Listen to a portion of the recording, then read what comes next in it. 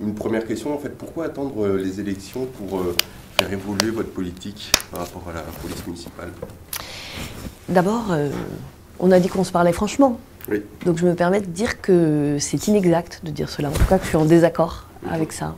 Des questions sans filtre. Les 6 candidates invitées ce matin-là à Presse Océan ne sont pas ménagées par les lecteurs du journal. On vous a posé une question. Qu'est-ce que vous retenez de nos propositions?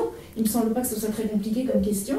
Et vous n'y répondez pas, vous nous redonnez un discours que je trouve un peu convenu. Je vais vous dire ceci, cela. Des réponses concrètes aux propositions travaillées en atelier depuis 1 mois et demi. Voilà ce qu'attendent les intervieweurs du jour. Alors le droit de pétition, j'étais moins sur ces sujets-là.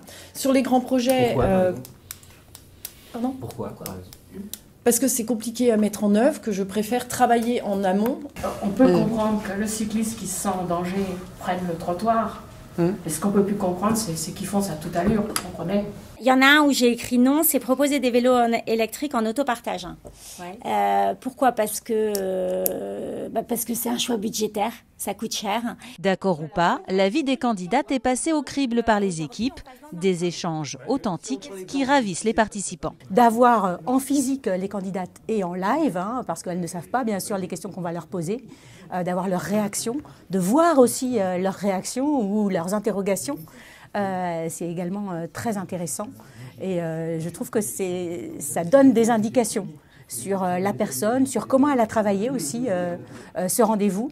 Donc on a vu des candidates qui étaient plus préparées que d'autres, plus précises que d'autres. Certaines candidates sont restées vraiment dans le flou. Déplacement, démocratie participative, logement et sécurité, 4 thématiques ont été discutées. Là on est sur un petit format assez convivial. Là entre nous, donc effectivement on peut réagir à chaud sur leurs positions et partir de la base aussi de nos idées. 2 heures d'échange donc pour ces 6 candidates à la mairie de Nantes, des candidates ravies de l'exercice. Ce qui me fait plaisir, c'est qu'on a pu avoir des échanges réels, approfondis, sur la base d'un travail qui a été fait par chacun des groupes et qui est vraiment important. On sent aussi qu'il y a différents points de vue dans les groupes.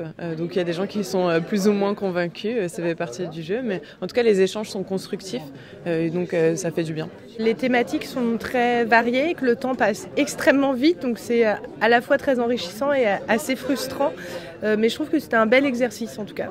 En attendant le débriefing, c'est le moment de la photo de groupe. Désormais, les lecteurs ont toutes les cartes en main pour choisir quel bulletin glisser dans l'urne ce dimanche.